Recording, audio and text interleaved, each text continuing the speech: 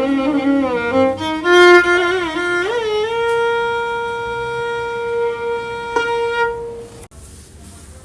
ఇప్పుడు మన ఇద్దరం ఒకటే ఊరు అంటే నేను ఫస్ట్ ఆశ్చర్యపోయినా, కానీ చూస్తే మా ఊరు అబ్బాయి లాగానే కనిపిస్తుంది. ఇప్పుడు ఒక డిస్టింక్ట్ ఫీచర్స్ ఉంటాయి. అంటే ఊరికి జోక్ చేస్తున్నా అంటే తెలీదు, ఇప్పుడు హఠాత్తుగా అనిపిస్తుంది అట్లా. ఇప్పుడు హరి, బల్దూరి హరి, ఇప్పుడు బెక్కం, అచ్చా శశిగాడు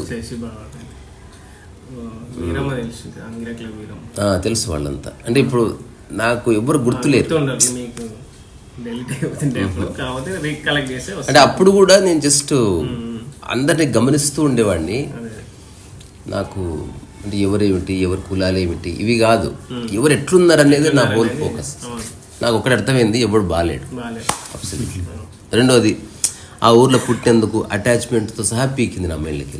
ఇప్పుడు ఏ ఊర్లో ఉంటే ఆ ఊరే నా ఊరు తప్ప అచ్చంపేటతో నాకే సంబంధం లేదు. బాగాలేరని మీకు ఎలా అనిపించింది? ఏడుస్తున్నారు, తలలు బాదుకుంటున్నారు, తిట్టుకుంటున్నారు. ఇదంతా బాగున్నాడు ఎవడు చేయడు. Absolutely no. ఇప్పుడు బాగున్న స్థితిలో వాళ్ళు చూస్తున్నా అది చాలా రేర్గా ఎక్స్పీరియన్స్ చేస్తున్నారు. నాకు అప్పుడు తెలిసింది ఏ ఏ సందర్భాల్లో ఈగో యొక్క డిసిప్లిన్ నేను అన్న భావన లేదో they are behaving like humans.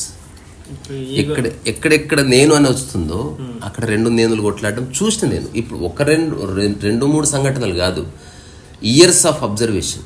వాళ్ళే అదే మనుషులు రకరకాల సందర్భాలు, విషయం ఏదో ఉంటుంది, వాళ్ళ మైండ్ ఏదో చెప్తుంది, నోరు ఏదో అంటుంది, చెయ్యి ఏదో చేస్తుంది, పెద్ద గొడవైంది. మూలం చూస్తే చిన్నది, జస్ట్ రా అన్నదానికి తలలు బలగొట్టుకునే కాడికి పోయారు. జస్ట్ 100 రూపాయల విషయంలో 1000 రూపాయలు ఖర్చు పెట్టి కేసులు వేసుకున్న వాళ్ళు ఉన్నారు. I have seen sheer ignorance. అంటే ఎంత అమూల్యమైన లైఫ్ని ఎట్లా నింపు కావాలో తెలియక రకరకాల విషయాలతో నింపుకోడు. బికాస్ అన్క్రియేటివ్ ల్యాండ్ అది మా ఊరు. ఇప్పుడు ఆ ఈగోను ప్రభావితం చేసే అంశాలు ఏంటి? బోల్డ్ ఉన్నాయి. ఒకటేమిటి, ఏదన్నా ప్రభావితం చేయొచ్చు. ప్రభావితం కాదు, ఈగో అక్యుములేట్ అవుతుంది. అది ఇప్పుడు కారు నువ్వు రోడ్డు మీద పెట్టావనుకో, డస్ట్ పడతా ఉంటుంది కదా, అట్లా ఈగో నీలో డస్ట్ పెరుగుతూనే ఉంటుంది అన్నట్టు. నువ్వు కారు వాటర్ వాష్ చేస్తే పెరుగుతూనే ఉంటుంది. అంటే ఇప్పుడు ఎప్పుడు వచ్చింది ఇది ఈగో ఆవిర్భావం? 2 ఏళ్ల వయసులో లేదు, 3 ఏళ్ల వయసులో లేదు. ఎప్పుడైతే ప్రకృతిపరమైనవి కాకుండా, అంటే నా అమ్మ ఇది ఈగో కిందికి రాదు, అది నీ అస్తిత్వం కాబట్టి యూ కెన్ క్లెయిమ్. ఎప్పుడైతే ఒక వస్తువు నీకు ఇచ్చింది నీది అన్నారో అప్పటికి తెలియలే, కానీ కొంతకాలం తర్వాత అది నాది అని గుర్తించడం మొదలైంది. So that is the beginning of ego, attachment. అంటే అంతవరకు నీకు తెలియని ఆర్ట్ ఒకటి నీది అనుకోవడానికి ఎట్లా మొదలు పెట్టాలి, ఎట్లా అనుకుంటావు ఒకటి నాదని. ఇప్పుడు నీకు బస్ చూపిస్తే నీది అనుకుంటే ఎట్లా అనుకుంటావు అంటాం. అనుకోవాలంటే దేర్ ఈజ్ ఎ ప్రాసెస్. దానికి నీకు మధ్యన ఒక వ్యక్తి ఉండాలి, మనీ ఏదో ఎక్స్చేంజ్ అవ్వాలి, నీ మైండ్ ట్రస్ట్ చేయాలి. అంటే ఉత్తగానే నీది అనుకుంటలేవు నువ్వు. ఇప్పుడు నా దేశం అనుకోవడం వెనుక కొన్ని లక్షల కోట్ల మంది నమ్మడం ఉంది, అది చూసి నమ్ముతున్నావు. అదర్వైజ్ నీకు ధైర్యం సరిపోదు. నా ఉద్యోగం అనుకోవాలంటే ఎగ్జామ్లో అపియర్ కావాలి, ఇంటర్వ్యూ కావాలి, ఇదంతా నీ మైండ్ చూడాలి నిరంతరం. ఈ మైండ్ ఇంత చేసావు కాబట్టి ఇది నీదే అన్న ఒక భావన కలుగుతుంది. హఠాత్తుగా ఏదన్నా దొరికితే నాది అనుకోబుద్ధి కాదు చూడు, అంటే నమ్మబుద్ధి కాదు మైండ్కి. సో మైండ్కి ఒక ప్రాసెస్ ఇంపార్టెంట్, ఇష్టపడుతుంది మైండ్. ఇప్పుడు ఎవరెవరైతే ఒక సాఫ్ట్వేర్ కంపెనీలకు పనిచేస్తే సాటిస్ఫై అవుతారో, లేకపోతే పెద్ద ఆశ్రమం, because they have to go through lot of process. ఉత్తగా ఇప్పుడు నా దగ్గరకు వస్తే ఏ ప్రాసెస్ లేదు, అందుకని గొప్ప ఇంపాక్ట్ ఉండదు. అయితే నిజమైన ఇంపాక్ట్ ఉంటుంది అంతే, అబద్ధం ఇంపాక్ట్ ఉండదు. అట్లా కాకుండా ఒక ప్రాసెస్ అనుకో, ఫస్ట్ కలవాలి, అపాయింట్మెంట్ తీసుకోవాలి, ఆ తర్వాత మీ డ్రెస్ కోడ్ మార్చుకోవాలి, ఆ తర్వాత మీ మెడికల్ చెకప్ ఉంటుంది. ఎవ్రీ టైం మైండ్ స్ట్రాంగ్ అవుతుంటుంది. ఎంత ప్రాసెస్ ఉంటే అంత బూస్టప్ వస్తుంది మైండ్కి. సో ఈగోను ప్రభావితం చేసి ఒక అంశం ప్రాసెస్ని ఈగో ఇష్టపడుతుంది. డైరెక్ట్గా వచ్చిందా నమ్మదు. ఇప్పుడు తపస్సు చేస్తే దేవుడు ప్రత్యక్షమవుతాడు కదా, చేయకుండానే మీరు ప్యాకెట్ ఆడుతున్నప్పుడు తింటున్నప్పుడు ఊరికి దేవుడు వచ్చాడు అనుకో, ఏంది ఇది ఊకే నువ్వు ఇట్లా వస్తున్నావు అని పంపించేస్తారు. ఎంతో కష్టపడితే ఇంకా మనకు సినిమాలో చూపించి నిజం అనుకుంటున్నారు జనాలు. అంటే అన్ని సీజన్స్లో వర్షాలు కుండపోతుగా కురిపిస్తాడు దేవుడు, అయినా వీడు తట్టుకున్నాడా? చలిని ఇప్పించాడు, అయినా ఈ చలిలో నిలబడ్డా? వరదలు వచ్చాయి, అయినా నిలబడ్డా? మొత్తం అడివి అంటూ పెట్టా, అయినా అప్పుడు వస్తాడు దేవుడు. అంటే ఇన్ని పరీక్షల తర్వాత నీ మనసు చెక్కు చెదరకపోతే ఆ మనసే దేవుడు అని చెప్పడానికి ఒక సింబాలిజం తీసుకొచ్చారు. నిజానికి ఇది కాదు. ఏదైనా నువ్వు ప్రశాంతత చెక్కు చెదరకుంటే యు హ్యావ్ దట్. అంటే నిన్ను నువ్వు తెలుసుకున్నప్పుడే ఆ ఈగో అనేది నీ కంట్రోల్లో పెట్టుకోవడానికి వస్తుందా? లేకుంటే ఇది భాష. అసలు నీవేందో తెలుసుకో. నిన్ను నువ్వు చాలా దూరం. అసలు ఏముంది నీది ఇక్కడ? ఈగో అనేది తెలుసుకో. ఈగో అనేది ఏంది అనేది తెలుసుకోవడం అదే ఒకటి పాయింట్. ఇంకోటి ఏంటి, ప్రకృతిని తెలుసుకోవడం ద్వారా, మన పరిసరాలను, సమాజాన్ని అబ్జర్వ్ చేయడం ద్వారా, వీటిని అబ్జర్వ్ చేయడం ద్వారా తెలుస్తుందా? ఓన్లీ ఈగోని మనల్ని మనం తెలుసుకుంటే ఇవన్నీ తెలుస్తాయా? ఒక్కటి తెలుసుకుంటే అన్నీ తెలుస్తాయి. మనల్ని మనం తెలుసుకుంటే డజంట్ మ్యాటర్. ఇప్పుడు మనల్ని మనం అన్నది భాష. భాష పరంగా ఆలోచిస్తే ఫిలసఫైజ్ అవుతుంది. అట్లా కాకుండా ప్రాక్టికల్గా చూస్తే ఆన్సర్స్ దొరుకుతాయి. ఇంతవరకు ఆధ్యాత్మికతని ఓన్లీ ఆలోచనల పరంగా ఫిలసఫైజ్ చేస్తూ వచ్చారు. ఫిలసఫైజ్ చేసినప్పుడు నీకు ఎప్పటికీ గ్రిప్ దొరకదు. ఇప్పుడు నేను నీ కారు ఎలా నడపాలని ఫిలసఫైజ్ చేస్తున్నా, చాలా బాగా నడుపు, అందంగా నడుపు. ఒక్కటే గుర్తుపెట్టుకో, నడుపుతున్నప్పుడు భగవంతుని ధ్యానం చేసుకుంటూ నడుపు. ఇట్లా చెప్పాను, ఎంత బాగుంది. ఒక్క ప్రాణం కూడా తీయడానికి వీల్లేదు. కానీ నేను ఏనాడు కారు మీద కూర్చోబెట్టిన లేదు. నేను 10 years అయిపోయింది, స్టిల్ ప్రీచింగ్. ఇప్పుడు ఇలా నడుపుతావు చెప్పు నాయన. నేను ఎలా నడుపుతానంటే గురువు గారు అద్భుతంగా నడుపుతాను అని వాడు చెప్తున్నాడు. ఇదంతా బక్వాస్. ఇది just you are imagining too much. ప్రాక్టికాలిటీలో ఇంత ఇమాజినేషన్ లేదు, ఇంత ఫిలాసఫీ లేదు. నేను చిన్న ఎగ్జాంపుల్ చెప్తా. శృంగారం చేసినప్పుడు కొన్ని లక్షల కోట్ల వీర్యకణాలు వస్తాయి. ఆ వీర్యకణం వెళ్ళి ఎన్నైనా ఉండదు, అండం ఒకటే ఉంటుంది. ఆ అండంలోకి పోయిన వీర్యకణం వచ్చిందా, మిగతా వీర్యకణాలు ఇర్రెలెవెంట్. ఈ వీర్యకణాలు లాంటివి ఆలోచనలు. మన బాడీ అండం లాంటిది. రకరకాల ఆలోచనలు వచ్చాయి, అవన్నీ వేస్ట్. ఒక్క ఆలోచన శరీరంలోకి దింపు, అది ప్రాక్టీస్ చేయి. బాడీ మైండ్కి ఏదైతే అర్థమవుతుందో అదే నీకు నిజంగా తెలిసినట్టు. మిగతాదంతా కపోల కల్పనలే. ఇప్పుడు ఆ వచ్చిందని మనం తెలుసుకుంటేనే కదా అది మనలోకి వస్తుంది. ఆ పూర్తి అవగాహన ఉంటేనే కదా మన లోపల సాధన అంటేనే ఆలోచనని శరీరానికి పరిచయం చేయడం. ఇప్పుడు నువ్వు అంటున్నావు సైకిల్ ప్రాక్టీస్ చేస్తున్నావు, వాట్ డస్ ఇట్ మీన్?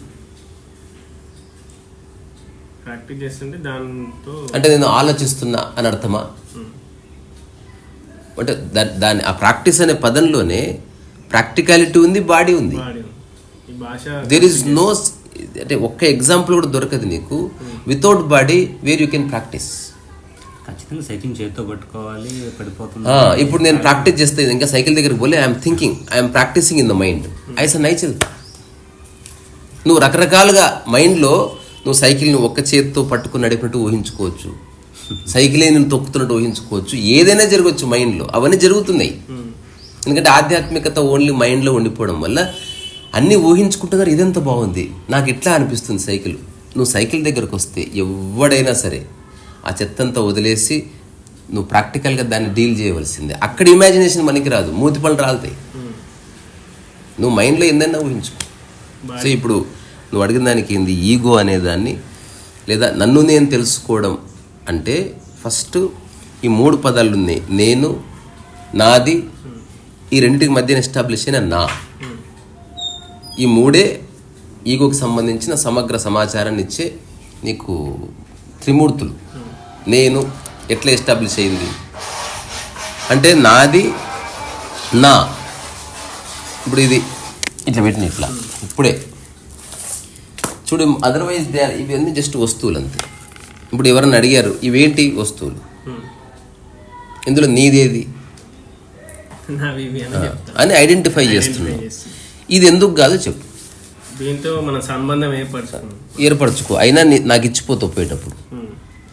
ఇది నీది అనే భావన కలగకపోవడానికి కారణాలు ఏమిటో ఒక అన్వేషణ, దీన్ని ఎంక్వైరీ అంటున్నారు మరి. సింపుల్గా ఇది నాది నీది కదా, అసలు నాది ఎట్లా, ఇది నాది ఎట్లా కాకపోయా, ఇదే ఎంక్వైరీ. ఇంకా నువ్వు వేరే పుస్తకాలు అక్కర్లేదు. Look in to this. Next ఎప్పుడు ముట్టుకున్నా ఇది నాది ఎట్లయింది, సింపుల్ ఆన్సర్ దొరుకుతుంది. ప్రపంచంలో ఎవడని చెప్పేది పైసలు పెట్టుకుంటే నాది. ఇప్పుడు పద్మశ్రీ వచ్చింది, పైసలు పెట్టి కొనలేదు, అయినా నాదైంది. అంటే ఓన్లీ పైసలు పెట్టి కొంటేనే నీదవుతుందన్న గ్యారెంటీ లేదు. ఎవరో గిఫ్ట్ ఇచ్చారు, అయినా నాదైంది. సో ఈ నాది అవ్వడం ఎట్లా ఒరిజినేట్ అవుతుంది అంటే, ఇప్పుడు ఇది ఇక్కడ ఉంది నీది గాలే, ఇక్కడ ఉంది నీది గాలే, ఇక్కడ ఉంది నీది గాలే, ఇక్కడ తిరుగుతుంది నీది గాలే. ఒకరోజు నువ్వు నాకు 100 రూపాయలు ఇచ్చావు, ఇది నేను ఇచ్చాను. ఆ 100 ఎక్స్చేంజ్ అవ్వడంలో నాది ఎస్టాబ్లిష్ అవుతుంది. సో మొదటిసారి you are breaking the pattern. దొరికినప్పుడు నీద అనుకుంటావు అంతే. ఇప్పుడు ఎవడన్నా అనొచ్చు అది నాదని, అందుకని డౌట్ ఉంటుంది ఎప్పటికీ. అందుకే దొరికిన దానికి మనం రంగు గింగు మార్చో మనది చేసుకునే ప్రయత్నం చేస్తాం. తర్వాత ఏదో అనౌన్స్ అన్నా చేస్తాం, నేను 3 days చూసిన ఇంకెవరు రాకపోతే నేను తీసేసుకుంటా అంటే ఎక్కడో చోట నీకు భరోసా కావాలి, మైండ్ చేసుకోవాలి, చేస్తాం లిటరల్గా. ఇప్పుడు చేయవలసిందల్లా నువ్వు 100 రూపీస్ నాకు ఇచ్చావు, అక్కడ నువ్వు ఒక్కసారి చూడాలన్నమాట. మనం డబ్బులు ప్రపంచం క్రియేట్ చేసింది, అది ఇస్తే ఆ 100 రూపాయల ఈక్వావలెంట్కి సంబంధించిన వస్తువు వస్తుంది. తద్వారా ఇది నాది కాదు. సో అనవసరంగా మనం మధ్యలో తీసుకొస్తున్నాం నా అనేది. ప్రకృతిలో అసలు ఆ థాట్ లేదు. కుక్క ప్లేట్ ఇయ్యి తింటది, నాదని ఏముండదు. సో వస్తు వినియోగం వేరు, ఆ వినియోగానికి వస్తువు ఉపయోగపడుతుంది, తర్వాత ఏమంటారు ఈ డబ్బు ఉపయోగపడుతుంది. Both are getting exchanged. నువ్వెక్కడి నుంచి వచ్చినావు మధ్యలో? అయితే ఇది సరిగ్గా అర్థం చేసుకుని వాళ్ళు వస్తువులను వదిలేసిపోయారు. వస్తువులను ఎప్పుడు వదిలేయకూడదు. Be with the objects, be with people. కానీ నా అనేది తీసేసి సమగ్రంగా వాటిని అనుభవించు. కానీ ఇంత అనుభవం రావాలంటే చూడటమే ఇప్పుడే, మన వయసులో అది వదిలేద్దాం. ప్రోగ్రామింగ్ మైండ్ అట్లా సెట్ చేశారు కదా. ఇది కూడా థాటే. నువ్వు గంభీరంగా చూస్తున్నావు లైఫ్ని. చిన్నప్పటి నుంచి మనకు తెలియదు కదా, అన్నోన్ పర్సన్ కదా చిన్నప్పటి నుంచి మనం. అది గంభీరంగా అసలు అది ఎందుకు పాస్ట్? ఇప్పుడు నేను చెప్పింది నీకు అర్థమైతే చిన్నప్పటి చర్చ అనవసరం. ఇప్పుడు ఎగ్జాంపుల్, నీకు జ్వరం వచ్చింది, ఇప్పుడు ఈ జ్వరానికి ఇప్పుడు మెడిసిన్ ఉంటుంది తప్ప చిన్నప్పటి నుంచి ఎన్ని రకాల రోగాలు వచ్చాయి ఇర్రెలెవెంట్. నీకు చిన్నగా ఉన్నప్పుడు ఎప్పుడో చాలా పెద్ద వ్యాధి ఉండొచ్చు, ఇప్పుడు నీకు జలుబే అయ్యింది, దానికి దీనికి ఏం సంబంధం? సో లైఫ్ అంటే ఏ క్షణాన్ని ఆ క్షణమే, ఎప్పటికప్పుడే. ఇప్పుడు నేను చెప్తున్నది నువ్వు విని అక్కడి నుంచి చూడు. నెక్స్ట్ నువ్వు లైఫ్లో తీసుకునే వస్తువుని వస్తువుగా చూడు, నాదనుకోకు. మొదటిసారి తేడా తెలుస్తుంది. నా అనుకున్న వస్తువుకి నా అనుకున్న వస్తువుకి రెండు నువ్వే ఆధారం. సో నా అనుకున్న వస్తువు ఏదైతే ఉందో అది పోతే బాధ అవుతుంది, నా అనుకునేది పోతే బాధ అవుతలేదు. సో అత్యుత్తమమైన ఆధ్యాత్మిక సామ్రాజ్యంలోకి ఎంటర్ అవుతావు ఈ చిన్న ఆలోచనతో. అంటే అప్పుడు వస్తువుతో ఉన్నావు, ఇప్పుడు వస్తువుతో ఉన్నావు. నా అనుకున్నా మనుషులతో ఉండవలసిందే, నా అనుకోకున్నా మనుషులతో ఉండవలసిందే. కానీ నా అనుకోని చోట బాధ లేదు అని నీకు ప్రాక్టికల్గా తెలిసినప్పుడు ఇది వెళ్ళిపోతుంది. ఇంతకుమించి పుస్తకాలు లేకపోతే గురువులు వాళ్ళ వాంగ్మయం మనం ఒక ఉత్సుకతతో తెలుసుకోవాల్సిందే. అది తెలుసుకొని అది చదివి ఎవడి జ్ఞానోదయం కాదు. ఎందుకంటే ఇప్పుడు నేను చెప్పినంత లూసిడ్గా ఏ పుస్తకంలో లేదు. సమాచారం ఉంది, కపోల కల్పనలు ఉన్నాయి. అయ్యయ్యో ఎంతెంత ఊహించుకుంటారు. అసలు సైకిల్ మనల్ని దొక్కినట్టు అని చెప్పాను కదా, అంతకంటే ఎక్కువ ఊహించుకుంటారు. ఇంకా నా వాదన ఏంటంటే, ఇప్పుడు మొత్తం మనకు నేర్పించింది సమాజమే కదా. మన ఇవన్నీ ప్రోగ్రామింగ్ మైండ్ మనల్ని చేసి, ఇప్పుడు మనం ఈ ఏజ్ వచ్చిన తర్వాత ఇంతగానం సమాజాన్ని ప్రపంచాన్ని మనం చూసిన తర్వాత మనకి అవగాహన వస్తుంది, ఇలా ఉండాలి అలా ఉండాలి అని. మన ఏజ్ నీకు వచ్చిందా, నీ బాడీకి వచ్చిందా? ఇది కూడా ఒక తప్పుడు ధారణ. ఓన్లీ నీ బాడీకే వచ్చింది. అంటే చిన్నప్పటి నుంచి ఆలోచనకి ఏజ్ ఉందా? ఎట్లా అంటే how do you define it? ఈ పర్ఫెక్ట్ అవగాహన ఉండాలంటే కొంచెం ఏజ్ చూడడం సంబంధమే లేదు. చిన్నప్పుడు బాలలకు ఉండదు. ఇది కూడా ధారణి. అంటే ఇది కూడా ఒక ధారణి. ఇప్పుడు నేను నీకు అడ్డుపడుతున్నది నీ ఆలోచనని. అన్ని ధారణలు పక్కన పెట్టు, జస్ట్ మీనింగ్లెస్ థాట్స్ అంతే. మనకు సరైన మార్గం తెలిసింది కాబట్టి గతాన్ని వదిలేయడం. గతం లేదు, వదిలేయడం చాలా దూరం. నువ్వు అనవసరంగా మోస్తున్నావు అంతే. ఇప్పుడు ఒక రహస్యం ఉంది శరీరానికి మైండ్కి సంబంధించి. శరీరము కాలంలో ఉంది. ఇప్పుడు దేన్ని మనం ఏజ్ అంటున్నాం తెలుసా? Even if you look in to the dictionary exactly ఇదే వస్తుంది. The time which your body lived is your age. అంటే నీ శరీరము ఎంత కాలం జీవించిందో అదే నీ వయసు అయింది. కానీ ఇన్ రియాలిటీ అది నీ బాడీ వయసు అయింది, నీ వయసు కాదు. ఎందుకు దాన్ని మనం ప్రమాణంగా తీసుకున్నాం? ఇప్పుడు ఫింగర్ ప్రింట్ని ప్రమాణంగా తీసుకుంటారు. అంటే యూనివర్సల్గా అందరికీ అప్లికబుల్ అయ్యింది ఒక వ్యవస్థ అడాప్ట్ చేసుకుంటుంది. ఇప్పుడు వయసు అనగానే మైండ్ని ప్రమాణికంగా తీసుకున్నావు నువ్వు. చిన్నపిల్లలు చాలా ఇంటెలిజెన్స్ ఉన్న వాళ్ళు ఉన్నారు, ఒక 70 ఏళ్ళోడు కోడి దమ్మాకున్నోడు ఉన్నాడు. అందుకని మైండ్ని ప్రమాణంగా తీసుకోవడానికి వస్తలేదు, అది వోలటైల్, దానికంటూ ఒక స్థిరత్వం లేదు. అందుకని తెలివైన వాడు కానీ డంబుగాడు కానీ ఏ కులం వాడైనా మతం వాడైనా అందరి శరీరాలు కాలంతో పాటే ఎదుగుతున్నాయి. నువ్వు శరీరాన్ని నియంత్రించలేవు, శరీర ధర్మాన్ని నువ్వు కలుషితం చేయలేవు. శరీరము పెరుగుతుంది, నువ్వు ప్రయత్నం చేసినా పెరుగుతుంది, ప్రయత్నం చేయకుండా చచ్చిపోతుంది. అది పుట్టిందే కొంతకాలం అలా అలా అలా అలా అలా అలా వికసించి అట్లా అట్లా అట్లా అట్లా ముడుచుకొని అట్లా మరణించాలి. దాని యొక్క ధర్మం అంతవరకే. అందుకని పూర్తి కాలంలో ఉంది. So body is nothing but time and space. విశ్వరహస్యం ఉంది ఇక్కడ. శరీరంలో మైండ్ లేదంటారా? మైండ్ శరీరాన్ని వాడుకోవచ్చు, శరీరాన్ని మైండ్ వాడుకోవచ్చు. ఇప్పుడు నీ ముక్కు మీద అద్దాలు ఉన్నాయి అనుకుంటే నీది రెండు కలిపి చూడొచ్చు, లేదా తీసి కూడా చూడొచ్చు. అద్దాలను సపరేట్ చూడొచ్చు, నీ బాడీని సపరేట్ చూడొచ్చు. It is up to you. ఇప్పుడు మెదడు అనేది ఒక అవయవమే కదా బాడీలో. ఆలోచనలు కావు. మెదడు గనక మాత్రమే ఉండింటే, ప్రపంచం లేకపోతే నువ్వు ఇట్లా కొట్టుకొని ఇట్లా ఏదన్నా కోడి కనిపిస్తే చంపి ఇట్లా తిని ఇట్లా పోకుండా కూర్చుంటుంటివి. That's what brain does. అంటే నీ యొక్క ప్రిమిటివ్ బ్రెయిన్ అంతకంటే ఎక్కువ ఆలోచించడానికి వీల్లేదు. ఇప్పటి వరకు ప్రపంచంలో ఉన్న ఏ ప్రాణి, కోడి కొత్తగా ఆలోచిస్తలేదు. బికాజ్ ఆ బ్రెయిన్ ఉద్దీపన జరగలేదు. ఇప్పుడు మన ఇంట్లో ఉన్న కుక్క కొత్తగా ఆలోచిస్తుంది, టామీ బాల్ తీసుకురా, బికాజ్ నువ్వు ఉద్దీపన చేస్తున్నావు, దాన్ని స్టిమ్యులేట్ చేస్తూనే ఉన్నావు. టామీ బాల్ తీసుకురా, టామీ బాల్ అని ఇట్లా అంటున్నావు. అనడం వల్ల 100సారికి వీడు ఏదో చేస్తున్నాడు, వీడు ఏదో చెప్తున్నాడు వీడు అన్న ఒక కొత్త థాట్. సో బ్రెయిన్ నువ్వు నిరంతరం ఎంత పాలిష్ చేస్తే దాని మీద ఉన్న లైన్స్ అంత కొత్తవి ఎస్టాబ్లిష్ అవుతుంది. బ్రెయిన్ నిర్మాణంలో ఒక సమూల మార్పులు వస్తున్నాయి. సో గడిచిన కొన్ని వేల సంవత్సరాల్లో మనుషులందరూ మామూలుగా ఉన్నారు. ఈనాటికి మనుషులు మామూలుగా ఉన్నారు. అప్పుడున్న ఆది మానవుడు అంతే, ఇక్కడున్న 99% జనాభా అంతే. జస్ట్ చూడు, డబ్బు అనేది ఒక్కటి తీసేస్తే జాబ్ వెళ్ళిపోయిందా?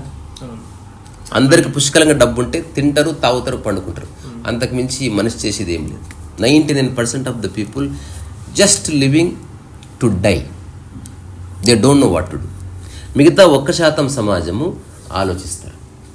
వాళ్ళ వల్లనే ఈ ఫోన్ వచ్చింది, వాళ్ళ వల్లనే మనం చూసే ఎల్ఈడి స్క్రీన్ వచ్చింది, వాళ్ళ వల్లనే సినిమా డెవలప్ అయింది, వాళ్ళ వల్లనే మెట్రో వచ్చింది. అంటే అరిస్టాటిల్ చెప్పిండు, ప్రపంచంలో ఉన్న మనుషులందరూ మామూలుగా జస్ట్ ఎగ్జిస్టెన్షియల్గా బతకాలి.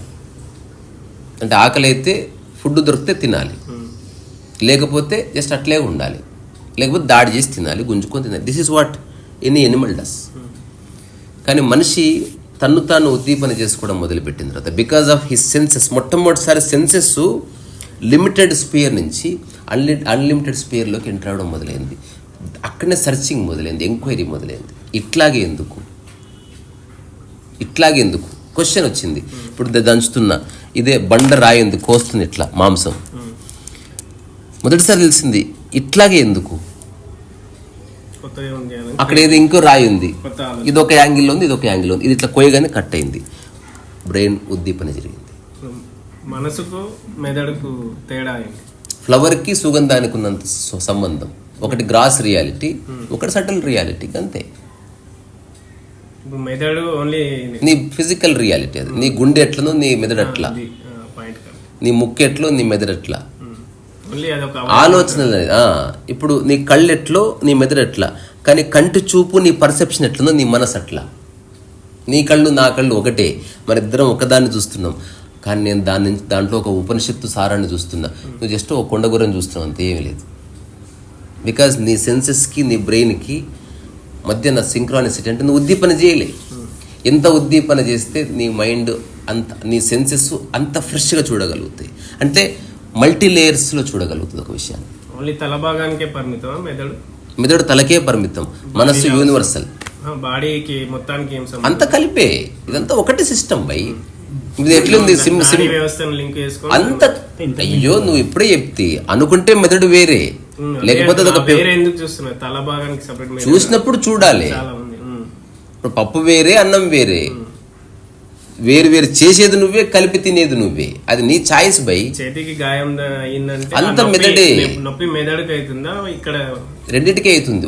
ఒకటి నీకు తెలియజేస్తుంది సైన్స్. మనం సైన్స్లోకి వెళ్ళొద్దు, మన సైంటిస్టులు ఆ పుస్తకాలు వేరే. కామన్ సెన్స్ చూస్తే మెదడు ఒక రిపోర్టర్. నీకు ఏం జరిగినా అక్కడ ఒక కంట్రోల్ సెంటర్ లాంటిది ఉంది. దాన్ని రిపేర్ చేసేదంతా గుండెకాయ ఇవన్నీ చూసుకుంటాయి. నీ హార్మోనల్ బ్యాలెన్స్ అంతా కాలేయం చూసుకుంటుంది. నీ చెత్త అంతా బయటకు తీసేది నీ చర్మము, నీ మూత్రపిండాలు చూసుకుంటాయి. నువ్వు ఎటన్నా పోవాలంటే నీ కాళ్ళు చూసుకుంటాయి. నాడీ వ్యవస్థను కంట్రోల్ చేసే మొత్తం మైండే. నాకు సంబంధం లేదు. అంటే ఫిజికల్ రియాలిటీ నీ ప్రమేయం లేకుండా కంటిన్యూ అవుతుందని నేను ఫస్ట్ చెప్పిన. అది నువ్వు తెలుసుకున్నా అలాగే పనిచేస్తుంది, తెలుసుకోకపోయినా అలాగే పనిచేస్తుంది. కానీ ఆలోచన సరళి నువ్వు తెలుసుకుంటేనే సరిగ్గా పనిచేస్తుంది. అది తెలుసుకో. మెదడు ఎట్లా పనిచేస్తుంది, న్యూరాన్స్ ఎట్లా పనిచేస్తుంది, అది మన సబ్జెక్ట్ కాదు. నువ్వు తెలుసుకున్నా గట్లే, తెలుసుకోకపోయినా గట్లే. మూత్రపిండాల నిర్మాణ వ్యవస్థ ఎలా ఉంది తెలుసుకున్నా గట్లే, తెలుసుకోకపోయినా గట్లే. నీకు మూత్రపిండాల గురించి సమగ్ర సమాచారం ఉంది, అయినా యూరినల్ ఇన్ఫెక్షన్ వస్తుంది. సో సమాచారము ఒకటి పర్ఫెక్ట్గా జరుగుతుంది విశ్వంలాగా. నీ యొక్క శరీరం ఒక విశ్వమే, దాని గురించి తెలుసుకొని చేసేది ఏమి లేదు. ఇంకో పాయింట్ ఏంటంటే మెదడు అవయవమే, గుండె అవయవమే, మూత్రపిండాల అవయవమే, ఇవన్నీ అవయవాలే కదా. ఈ గుండెతో పాటు లివర్లను, కిడ్నీలు, ఈ అవయవాలతో పాటు మైండ్ని, మనసును ఎందుకు వేరు చేసి చూస్తున్నారు సమాజం? ఇప్పుడు అట్లా చెప్తే ఫ్లవరు దాని యొక్క ఫ్రాగ్రెన్స్. సో గుండె ఎలా పని చేయాలో అలాగే పని చేస్తుంది. దాని అవుట్ సైడ్ వరల్డ్తో సంబంధం లేదు. మైండ్ అనేది there is no such thing called mind basically. అంటే ఇప్పుడు ఎగ్జాంపుల్, నీకు బ్రెయిన్ ఉందబ్బా, కానీ నీకు కళ్ళు లేవు, నోరు లేదు, స్పర్శ లేదు, స్మెల్ చూడలేవు, వినలేవు. Your brain is dead.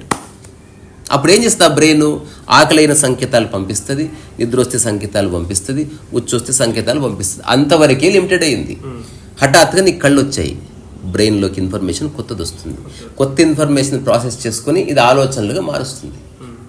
ఈ ఆలోచనలని మళ్ళీ నీ సెన్సెస్, నీ ఫిజికల్ రియాలిటీ ఎట్లా అడాప్ట్ చేసుకుంటుందన్న చోట ఒక పుంకాలేని ఒక ఆలోచన స్రవంతి ఎస్టాబ్లిష్ అవుతుంది. అయితే ఈ అన్ని ఆలోచనలు, మంచి ఆలోచనలు, చెడ్డ ఆలోచనలు ఎప్పుడు వచ్చినాయి? ఇంకొక మనిషి నీ లైఫ్లోకి వచ్చినప్పుడే. ఇప్పుడు భూమి మీద నువ్వు ఒక్కడే ఉంటే మంచి లేదు, చెడు లేదు. నువ్వు డ్రెస్ వేసుకున్నావు, మంచి డ్రెస్సా చెడ్డ డ్రెస్సా తెలియదు. Nobody nose. సో మనిషి ప్రకృతితో అనుసంధానమై ఒక ఆది మానవుడు ఉన్నప్పుడు శరీరం అలాగే ఫంక్షన్ అయింది. కానీ ఆలోచనలో ఇంత రెవల్యూషనరీ ఐడియాస్ లేవు. సో రెవల్యూషనరీ ఐడియాస్ రావడానికి ఉద్దీపన ఒక ప్రధాన కారణం. ఇప్పుడు నీ మనసును నువ్వు ఎంత ఉద్దీపన చేస్తే, ఎంత పాలిష్ చేస్తే, అంటే దాని మీద డస్ట్ పడనీయకుండా చూస్తున్నావు నీ థాట్ ప్రాసెస్ మీద, అప్పుడు ఒక రిఫైన్ థాట్స్ రావడం మొదలైంది. అందరు సినిమా తీస్తారు, వర్మ తీస్తాడు, దెర్ ఇస్ సమ్ రిఫైన్మెంట్. అది ఎంత చెత్త సినిమా కానీ there is something of Varma, you see that. ఇప్పుడు జేమ్స్ కెమెరాన్ ఉన్నాడు, అది కెనాట్ రైట్. ఇప్పుడు ఒక అత్తా కూడా స్టోరీ రాయలేడు. జీవితాన్ని ఒక ఉన్నత స్థితిలోనే దర్శిస్తాడు అతను. ఒక బుద్ధుడు మాట్లాడితే పెట్టి థింగ్స్ గురించి మాట్లాడు. ఒక బిల్గేట్స్ మాట్లాడితే ఒక చిన్న పాన్ డబ్బా ఎలా రన్ చేయాలో చెప్పడు. ఒక దేశాన్ని నిలబెట్టే వ్యాపారం ఏమిటి అనే మాట్లాడతాడు. Because they have evolved so much. వాళ్ళ బ్రెయిన్ నీ బ్రెయిన్ ఒకటే, కానీ ఉద్దీపన చేయడంలో వాళ్ళు విజయం సాధించారు. ఉద్దీపన చేయకపోతే ఈ క్షణం నుంచి నువ్వు అసలు నీ సెన్సెస్ని షట్ డౌన్ చేసుకో. ఇంకా నీ థాట్ ప్రాసెస్లో ఏం డెవలప్మెంట్ ఉండదు. ఇంకా you just repeat the same pattern అంతే. సో ఏం చేసినా ఇది ఒకటి వరకు. ఇప్పుడు మనం చెప్పిందంతా హాఫ్ స్టోరీ. నువ్వు ఉద్దీపన చేసావు, నువ్వు ప్రపంచంలో గ్రేట్ ఆర్టిస్ట్ అయ్యావు, గ్రేట్ బిజినెస్ మ్యాన్ అయ్యావు. స్పిరిచువాలిటీ ఎక్కడ వస్తుంది? మెటీరియల్ వరల్డ్కి సంబంధించింది. స్పిరిచువాలిటీ ఎక్కడ వచ్చింది? నువ్వు ఉద్దీపన చేయకపో, అది కాదు ఇంపార్టెంట్. నువ్వు ఈ క్షణాన్ని అనుభవిస్తున్నావా లేదా అన్నది important. This is what spiritual. ఇప్పుడు నేను ఈ రెండింటి మధ్యలో ఉన్నా.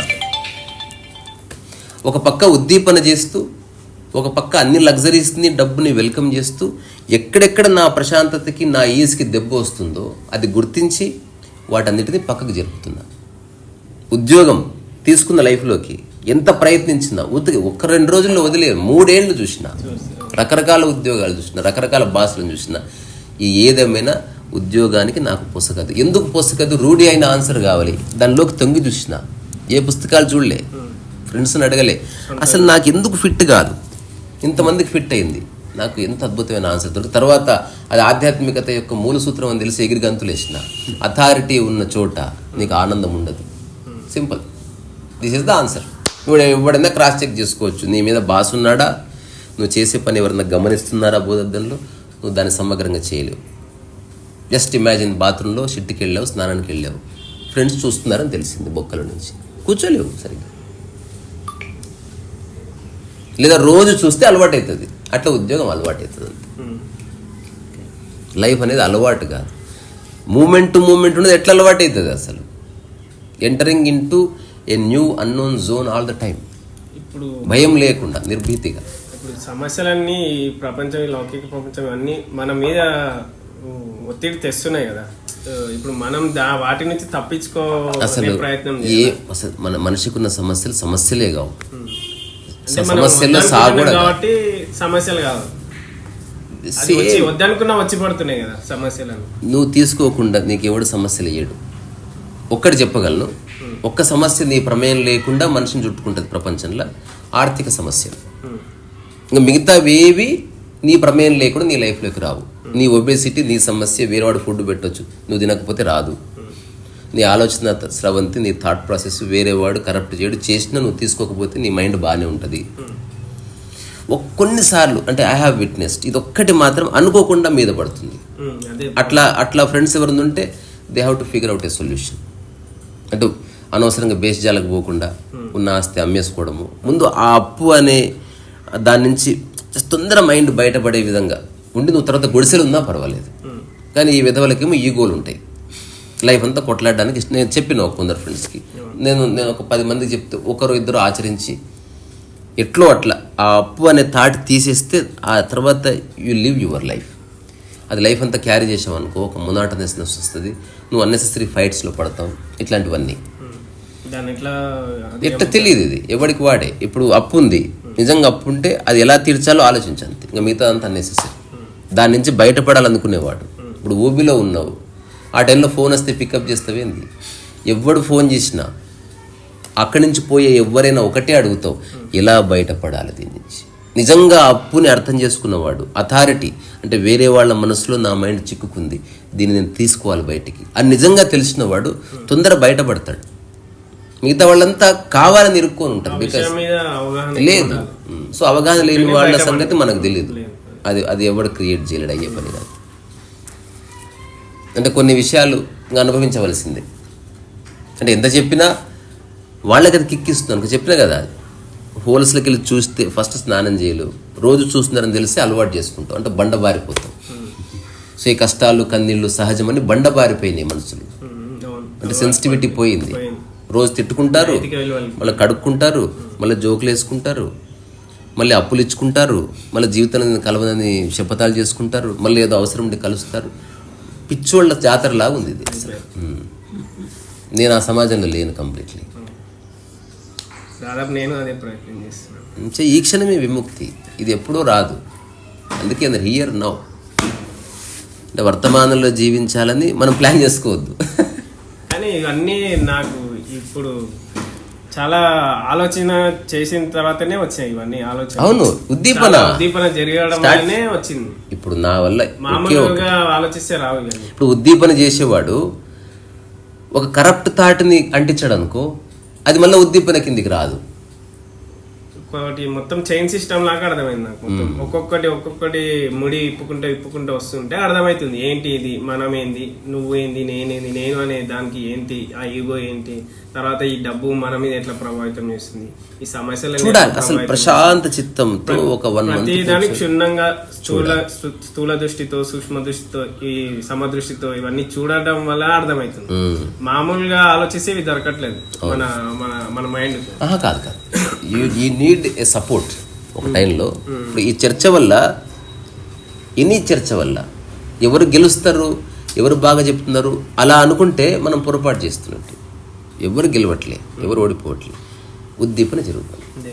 You are actually polishing your thought process to further. ఇంకాస్త బెటర్గా చూస్తే లైఫ్ సింప్లిఫై అవుతుంది అంతే. మనిషి ప్రయత్నమే సింప్లిఫికేషన్. ఇది మర్చిపోయాడు మనిషి. సింప్లిఫైడ్ ఐఫోన్ కావాలి కానీ సింప్లిఫైడ్ లైఫ్ వద్దు. ఆశ్చర్యం. ఎంతసేపు మనల్ని మనం కంట్రోల్ చేసుకోవడం అనేది సొల్యూషన్. కంట్రోల్ అసలు చేసుకునే వద్దు. నియంత్రణ వస్తే నువ్వు నియంత అవుతావు, హిట్లర్ అవుతావు. హిట్లర్ ఎవడు? తప్పించుకోవడమే జరుగుతుంది కదా ఇవన్నీ. చూడు, ఏది అవసరం ఏది అవసరం లేదు. కంట్రోల్ ఎక్కడిది? కంట్రోల్ అంటే తెలుసా, లడ్డు తినాలనుంది అయినా తినకూడదు డాక్టర్ చెప్పాడు, కాదు. Understanding is different. లడ్డు అవసరమా కాదా? ఒకటి అవసరం అని తెలిసింది, దాని కాన్సిక్వెన్సెస్ని అనుభవించు. షుగర్ వ్యాధితో మరణించు, లడ్డు తిను, యాక్సెప్ట్ ద కాన్సిక్వెన్సెస్. నువ్వు అవ్వ కావాలి కానీ పువ్వు వద్దంటే కుదరదు. Accept the. ఇప్పుడు ఉదాహరణకి ఎవడో స్మోక్ చేస్తున్నాడు అనుకో, 100 మంది చెప్పినా మానట్లే. ఇప్పుడు ఏదో రోజు అతనికి some cancer are what ever వచ్చింది, ఈ షుడ్ యాక్సెప్ట్ విత్ స్మైల్. ఇంత కూడా గిల్ట్ లేదు. ఎందుకో తెలుసా, ఐ నో నేను రాసిన పుస్తకాలు లేకపోతే నా క్రియేటివిటీకి ఇది అనుకోకుండా దోహదం చేసింది. తద్వారా నా విజయంలో దీని పాత్ర ఉంది, అలాగే నా మరణంలో దీని పాత్రని అంగీకరిస్తున్నా. నాకేం ప్రాబ్లం లేదు. I die with blissfully. ఇలా చెప్పిన వాడికి ఏ గిల్ట్ అంటుకోదు. ఇది జస్టిఫికేషన్ కాదు. యూ హ్యావ్ అండర్స్టూడ్ దాని హోల్ ప్యాటర్న్ అండ్ పారామీటర్ అంతా చూసావు. ఇక్కడ అణుచుకోవడం లేదు. దీంట్లో నాకు కొన్ని అర్థమైంది అంటే దృష్టికోణాలు ఉండాలి అని అనిపిస్తుంది.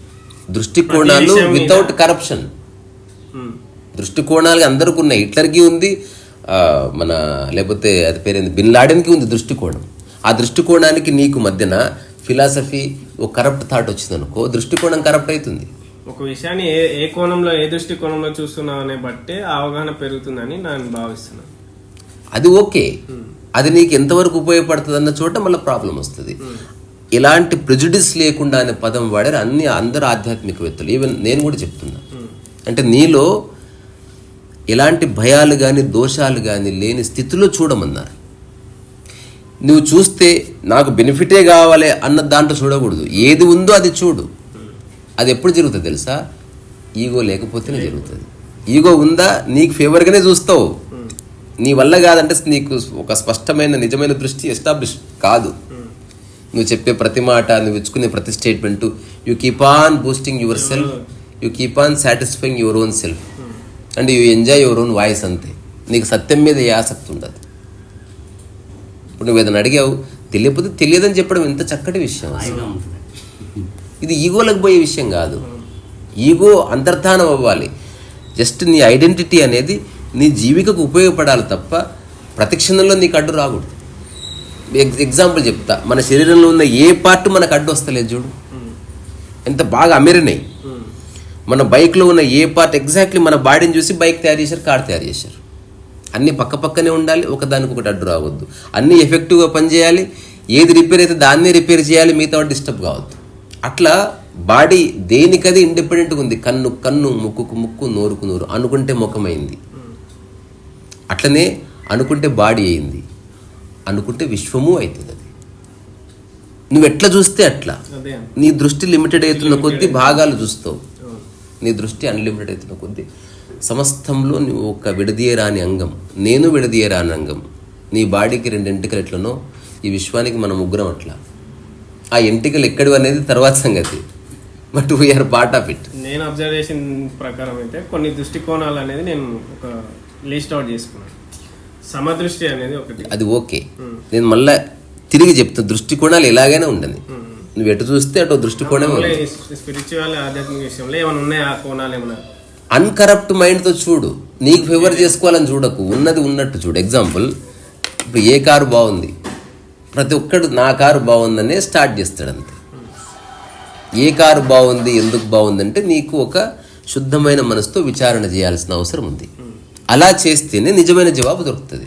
అదర్వైజ్ ఇప్పటివరకు చేస్తున్నది మనల్ని మనం సాటిస్ఫై చేసుకోవడమే. భవిష్యత్తులో నీవు చేసుకునేది ఇప్పుడు అంతెందుకు అరవింద్ కేజ్రీవాల్ ఉన్నాడు అంటే కాంటెంపరీ ఎగ్జాంపుల్. ఒక మంచి విజన్తో వచ్చి ఎట్లా భ్రష్టు పట్టిపోయాడు అన్నదానికి అరవింద్ కేజ్రీవాల్ చరిత్రలో నిలబడే ఒక ప్రమాణం అనమాట. ఇంకంతకంటే మంచి ఎగ్జాంపుల్ ఇది. పొలిటికల్ అతనికి పర్సనల్గా మనకేమీ లేదు, కానీ అతను మొదటిసారి 26 సీట్లు గెలుచుకుంటే ఢిల్లీలో నేను స్వీట్లు పంచా యూసుఫ్గూడలో. అందరూ అడిగారు, అరవింద్ కేజ్రీవాల్ ఢిల్లీ వాడు, నీకేం సంబంధం? విషయం ఢిల్లీది కాదు, ఇంటెలిజెన్స్ సంస్థ అంది. ఒక కామన్ మ్యాను పాలిటిక్స్లోకి వచ్చాడు, తన ఒక వాగ్దాటితో అక్కడున్న ఒక స్ట్రాంగ్ రిజీమ్ని ఎదుర్కొన్నాడు. తప్పు ఎక్కడ జరిగిందంటారు మరి? జస్టిఫికేషన్ స్టార్ట్ అయింది. అరవింద్ కేజ్రీవాల్ సీఎంఏ, మన రేవంత్ రెడ్డి సీఎంఏ, కానీ there is lot of difference between two CMs. అంతవరకే ఫస్ట్ తను సీఎం అవ్వాలనుకున్నాడు, కానీ సీఎం అయిన తర్వాత తెలిసింది పవర్స్ లేవని. పవర్స్ లేవని తెలిసిన తర్వాత ఏం చెప్పాడు, ఇక్కడి నుంచి జస్టిఫికేషన్ స్టార్ట్ అయింది. నేను సీఎం అయ్యాను కానీ మీకు ఏం చేయలేకపోతున్నాను, నేను కేంద్ర పాలిత ప్రాంతాన్ని. అందుకని పంజాబ్లో నేను సీఎం చేసి చూపిస్తే ఏం చేయగలను అన్నాడు. ఇప్పుడు పంజాబ్లో ఇప్పుడు ఇతను ఢిల్లీ కాబట్టి మన తెలంగాణ లేకపోతే ఛత్తీస్గఢ్లో ప్రాజెక్ట్స్ చేసినట్టు చేయనీకి రాదు, తద్వారా కరప్షన్ ఎక్కువ చేయలేవు. ఢిల్లీ ముఖ్యమంత్రి అనేవాడు ఇక్కడ మన ఎమ్మెల్యే కంటే వీక్. ఇక్కడ ఎమ్మెల్యే కన్నా కొన్ని ఫండ్స్ ఉంటాయి, వాడు అనుకుంటే ఒకటి రోడ్ డెవలప్మెంట్ చేయొచ్చు, కొన్ని కోట్లు స్కామ్ చేయొచ్చు అనుకుంటే. అందరు స్కామర్స్ అనను, but most of the people are. Delhi ముఖ్యమంత్రికి ఆప్షన్ లేదు. సో అతను నాలాంటి వాడు అనుకో, లైఫ్ లాంగ్ ఢిల్లీ ముఖ్యమంత్రి ఉండేవాడు, మంచిగా అందరితో ప్రజలతో ఉంటూ ఎంజాయ్ చేయలే పిచ్చోడు. ఏం చేశాడు, అధికారం ఉంది కానీ నేను అంటే పళ్ళు వీకేసిన పుల్లాగా అయిపోయింది నా లైఫ్. మ్యాక్సిమం ట్రై చేసిండు ఎల్జీ తోటి, నాకు పోలీసులు నా దాదిలోకి రావాలి, కోర్టు చాలాసార్లు తిట్టింది, అరే నువ్వు ఏంద్రాబాయ్ నీకోసం కాన్స్టిట్యూషన్ మారదు, చుప్చాప్ కామ్కరో అన్నారు. ఇప్పుడు అక్కడి నుంచి ఏమైంది, మోదీని ఇన్స్పిరేషన్గా తీసుకొని నేను ఇప్పుడు నాకు ఒక విద్యావేత్తగా, ఒక మంచి ఆరేటర్గా ఒక వాల్యూ ఉంది. ఇప్పుడు నేను దేశాన్ని రూల్ చేస్తే ఎట్లుంటుందని ఆలోచన వచ్చింది. ఒక 3-4 చోట్ల ట్రై చేసిండు. పంజాబ్లో రెండోసారికి వచ్చింది. రెండోసారికి వచ్చిందంటే నా లైఫ్ టైం ఇంకొక 30-40 ఇయర్స్. అన్ని చోట్ల 2 ఎన్నికలు నేను ట్రై చేస్తే దానికి ఏంది, అబద్ధము, ప్రాపగండా, మోసము. అయితే ఎన్నికలు ఫైట్ చేయాలంటే యూ నీడ్ మనీ. అక్కడ కరప్షన్ ఎంటర్ అయింది, జస్టిఫికేషన్ స్టార్ట్ అయింది. నాకు డబ్బులు ఎవరు ఇస్తారు, అవినీతి మీద వచ్చిన అతను అవినీతికే. అది చాలా దారుణం. ఇప్పుడు రెగ్యులర్ పొలిటీషియన్ వాడు ముందే ఫిక్స్ అయ్యాడు నేను స్కామ్ చేయాలి, అది వేరే. అసలు అవినీతికి అగెన్స్ట్, ఇండియా అగేన్స్ట్ కరప్షన్ అనే ఒక మూమెంట్ అన్నా హజారే ఇట్లా వచ్చిన వ్యక్తి ఒక సాదా సీదా చెప్పులు వేసుకొని మై ఐసే రైతాం జీ, మై గాడి బి నై యూస్ కడతాం, మై ఆప్సే రైతాం జీ అన్నవాడు మెల్లమెల్లగా జస్టిఫై చేసుకోవడం మొదలుపెట్టాడు. అంటే కార్ అంటే కష్టం అవుతుంది, కాన్వాయ్ అవసరం, జస్టిఫికేషన్. ఫస్ట్లో ఏమన్నాడు, రెఫరెండం, నేను ఏం చేయాలనుకున్నా ప్రజలు ఎస్ అంటే 70% మంది చేస్తాను, ప్రజలు నో అంటే చేయను. ఫస్టే రెఫరెండాన్ని బ్రేక్ చేశాడు, కాంగ్రెస్ పార్టీతో పొత్తుకెళ్ళాడు, అనుకోకుండా జరిగిపోయింది అది అన్నాడు. అట్లా అర్ణవ్ గోస్వామికి ఇచ్చిన ఇంటర్వ్యూలో చెప్పాడు, నేను నా బిడ్డల మీద ప్రమాణం చేసి చెప్తున్నా నేను పాలిటిక్స్లోకి రానన్నాడు. కానీ వితిన్ 2 days 2 yearsలో పాలిటిక్స్లోకి రావాల్సి వచ్చింది. కానీ నేను విఐపి ట్రీట్మెంట్ తీసుకుని అన్నాడు. మళ్ళీ వితిన్ 1 yearలో విఐపి ట్రీట్మెంట్ అంటే నాకు థ్రెట్ ఉందని పోలీసులు చెప్తున్నారు, అందుకని తీసుకోవాల్సి వచ్చింది అన్నాడు. అయినప్పటికీ నా చిన్న ఇంట్లోనే ఉంటా అన్నాడు. తర్వాత కార్యకర్తలకు ఇబ్బంది అవుతుందని పెద్ద బంగ్లాకి వెళ్ళాడు. పెద్ద బంగ్లాకి వెళ్ళిన తర్వాత మా కూతురి వాళ్ళకి స్విమ్మింగ్ పూల్ లేక వాళ్ళు బయటకు వెళ్తే సెక్యూరిటీ చూస్తే స్విమ్మింగ్ పూల్ కట్టించుకున్నాడు. ఇప్పుడు ఒక 50 కోట్లు 60 కోట్లు పెట్టి హీ క్రియేటెడ్ హిజ్ ఓన్ బంగ్లా, శీష్ మహల్ అని పేరు దాని మీద వచ్చాయి. దాన్ని ఇంతవరకు నో చెప్పలేదే, అలాంటిది ఏమీ లేదండి అని చెప్పలేదు. హీ నెవర్ సెడ్ ఇలాంటిది ఏమీ లేదు. ఇప్పుడు ఈడీ నోటీసులు పంపించింది 10 సార్లు అయింది. మ్యాక్సిమం ట్రై చేసాడు ఎక్స్టెంట్ వరకు. ఎందుకు, మోదీ అనేవాడు నన్ను ఇరికేయడానికి ట్రై చేస్తున్నాడు. First time there is no public response. ఇప్పుడు నేను జోషిని చెప్తున్నా, అరవింద్ కేజ్రీవాల్ పొలిటికల్ కెరీర్ ఖతం హోగా, అయిపోయింది. కన్సిస్టెన్సీ కావాలి.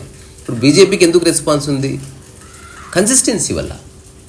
రెండోది, ఎవరు ఎంతమంది అన్నా మోదీని అనడానికి ఏమీ లేదు. చూడు, ఒక వ్యక్తిగా ఒక కరప్షన్ బ్లేమ్ ఛార్జెస్ చేయలేవు, కండక్ట్ విషయంలో నువ్వు బ్లేమ్ చేయలేవు, ఏ విషయంలో నువ్వు బ్లేమ్ చేయకుండా నిలబడ్డాడు ఒకడు స్ట్రాంగ్గా. సస్తున్నావు ఇప్పుడు. సో అట్లా ఉండాలి ఒక మైండ్. అంటే అది ఎగ్జాంపుల్ మాత్రమే, మళ్ళీ అది politics are politics. I'm not, Modi పర్సనల్గా వేరు, పవర్ఫుల్ మ్యాన్, అది వేరు. కానీ మనం చర్చించేది ఒక ప్రెజుడిస్ లేకుండా నువ్వు లైఫ్ని చూడగలిగితే, అది ఒక్కసారి చూడడం కాదు, తరచి చూడాలి. జస్ట్ ఒక్కసారి నిర్ణయానికి రావద్దు. జస్ట్ వంకాయ కూర చేసినావు అయిపోయింది ఇది బెస్ట్ అనకూడదు. ఎంక్వైరీ అంటే నువ్వు రకరకాలుగా చేస్తూ అదే కూర రకరకాలుగా ఎంతమంది వండుతున్నారో కనుక్కుంటూ, దీనికి ఓపెన్ మైండ్ కావాలి. ఎవడన్నా నువ్వు చేసిన తప్పబ్బా అనగానే గాయపడతలేవు, ఎందుకు తప్పో చెప్పండి, ఒక ఓపెన్ డిస్కషన్ డైలాగ్ ఉంది. You are not getting hurt. ఎందుకో తెలుసా, హర్ట్ అయ్యే ఈగో పోయింది. అక్కడ నిజమైన లెర్నింగ్ వస్తుంది. అంతవరకు నువ్వు హర్ట్ అవుతావు, హర్ట్ అవ్వగానే జస్టిఫికేషన్ స్టార్ట్ అవుతుంది, నాదే కరెక్ట్, పిడివాదం ఎంటర్ అవుతుంది, నీలాంటి వాళ్ళని కూడగట్టుకోవడం మొదలవుతావు. You want to become strong, you want to prove that you are. ఇదంతా వస్తుంది. ఇది గృహిణి చేస్తున్నాడు, గృహస్థు చేస్తున్నాడు, ఎంప్లాయీ తెలియకుండా చేస్తున్నారు. గొడవ అయితే నాకు నచ్చిన వాళ్ళని పిలిపించుకుంటే ఎందుకు? ఇప్పుడు నేనున్న 2009 నుంచి నా లైఫ్లో ఏ ప్రాబ్లం వచ్చిందా ఒక్కడే ఉన్నా నేను. ఓటమి గెలుపు కాదు, ఐఎమ్ స్పీకింగ్ ద ట్రూత్. నాకు ఎవరి సపోర్ట్ అక్కర్లేదు, నా ముడ్డు పగిలినా సరే, కానీ ఐఎమ్ స్పీకింగ్ ద ట్రూత్. నేను ఏది కరప్ట్ చేయకుండా, అది మా మైథిలి విషయంలో కానీ ఇంట్లో కూడా పోయినప్పుడు నేను ఎప్పుడు వేరే వాళ్ళ సపోర్ట్ తీసుకోలేదు. I stood alone. అంతెందుకు రీసెంట్గా పీస్ ఆఫ్ మైండ్ స్వామీజీ ఉన్నంటే లైఫ్ మీద అంత అవగాహన కాదు, అందరికీ ఉంది అవగాహన, భయం ఎందుకు అంటున్నా, క్లారిటీ లేదు కదా లైఫ్ మీద. స్ట్రాటజీ టుడే ఈ రోజే క్లారిటీ లేక అందరూ ఇబ్బందులు పడుతున్నారు. మీ అంత క్లారిటీ రాలేదు కదా. నేను అచ్చంపేటని పుట్టినా, కొంచెం టైం ఇస్తే వస్తుంది. ఇప్పుడు డ్రైవింగ్ కొంచెం టైం ఇస్తే వచ్చినట్టు మన మైండ్ కొంచెం టైం ఇస్తే అర్థమవుతుంది. ఇంకా ఒక ఎక్స్టర్నల్ మెకానిజం కార్ అనేది, మైండ్ నీదే, నీతోనే ఉండబోతుంది. మీరు పడ్డ స్ట్రగుల్ మేము స్ట్రగుల్ కాదేమి, చూడడమే. ఏమో జనాలు నిన్న ఎవరో వచ్చి అంటున్నారు ఎంతో కష్టాలు పడితే అవగాహన, అట్లే అసలు నేను ఏనాడు కష్టాలు పడలేదు చెప్పిన అబద్ధం. చూసే దృష్టితో మేము కూడా అలవర్చుకుంటే మేము కూడా. ఇప్పుడు ఒకటి చిన్న విషయం చెప్తా. ఇప్పుడు కరప్ట్ మైండ్ ఉందనుకో, నీ కరప్ట్ మైండ్ వేరే, నా కరప్ట్ మైండ్ వేరే, ఈయన కరప్ట్ మైండ్ వేరే. ఏది ఎట్లా ఉందో అట్లా చూసే వాళ్ళ ముగ్గురు మైండ్లు ఒకటే. తద్వారా అట్లా చూస్తే సరిపోతుంది. అప్పుడు we are on the same page. అట్లా కాకుండా నీ ప్రెజుడిస్ జోడించావు అనుకో, నువ్వు ఎలా చూస్తున్నావు నాకు తెలియదు, నేను ఎలా చూస్తున్నావు నీకు తెలియదు. దీన్ని అత్యంత తేలిగ్గా ఎలా మనం సమ్మరైజ్ చేయొచ్చు అంటే, ఒక ఫ్లవర్ నువ్వు చూస్తున్నావు, ఇక్కడ ఉంది, ఇతని మైండ్లో ఒక పోయెట్ ఉన్నాడు, నీ మైండ్లో బిజినెస్ మ్యాన్ ఉన్నాడు. మీరిద్దరూ ఫ్లవర్ని చూడట్లే, మీకు ఏది బెనిఫిటో దాన్ని చూస్తున్నారు ఫ్లవర్లో. ఇది ప్రెజుడిస్ అంటే, ఎగ్జాంపుల్ చెప్తున్నా. అట్లా కాకుండా ముగ్గురం మన మైండ్లో ఉన్న సమాచారాలని పక్కన పెట్టి ఫ్లవర్ని చూస్తే నిజమైన చూపు ఎస్టాబ్లిష్ అవుతుంది. లైఫ్ని అట్లా చూడాలి. ఇది ఎంత సూక్ష్మం అంటే అంత సూక్ష్మం, అందుకే కష్టం చూసే విధానం తెలియదు. ఇదే చూడడం. ఇప్పుడే ఎగ్జాంపుల్ ఇచ్చిందా అంటే, నీ మైండ్లో ఇంతవరకు ఉన్న పూర్వధారణలు ఫస్ట్ పక్కన పెట్టవలసిందే. సొంతంగానే పూర్వధారణలు వద్దు, పూర్వధారణలు వద్దు. అంటే నీ గతంలో ఇంతకుముందు గతాన్ని తీసుకొచ్చావు, అసలు అవసరమే లేదు. అందులో ఏమంత గొప్ప ఉందని దాన్ని క్యారీ చేస్తున్నాం. చెత్త అది, చెత్త అని తెలిసిన తర్వాత దాన్ని ఇగ్నోర్ చేయడం అంతే, పట్టించుకోవాల్సిన అవసరం లేదు. ఒకటి, ఆనందంగా జీవించడం అన్నది ఒక ఆలోచన కాదు, జీవన విధానం. నేను చాలాసార్లు అనుకున్నా, ఇది కూడా భ్రమనేనా ఆనందం అనేది, లేదా మనిషి ఆనందంగా ఉంటుందని భ్రమపడుతున్నాడా? కాదని నాకు ప్రకృతి చాలాసార్లు చెప్పింది. నెమలి అది ఇట్లా పురి విప్పి నాట్యం చేసినప్పుడు నేను చూసిన, ఎవ్వరు లేరు అక్కడ, సెల్ఫీ కూడా లేదు, నెమలి ఫోటో ఎవడు పేపర్లో వేయడు, ఫోటో వేసిన నెమలికి తెలియదు, స్టిల్ దేర్ ఇస్ జుబ్లింగ్స్, అట్లా కొడుతుంది అది. ఆ తర్వాత నిన్న యాదగిరిగుట్ట పోయినప్పుడు అక్కడ I have seen a dog, ఒక చిన్న ల్యాండ్లో ఎవ్వరు లేరు అక్కడ, మనిషి అనేవాడే లేడు, గుర్తించేవాడే లేడు. నీ లైఫ్లో గుర్తించేవాడు పోతే నువ్వు చచ్చిపోతావు.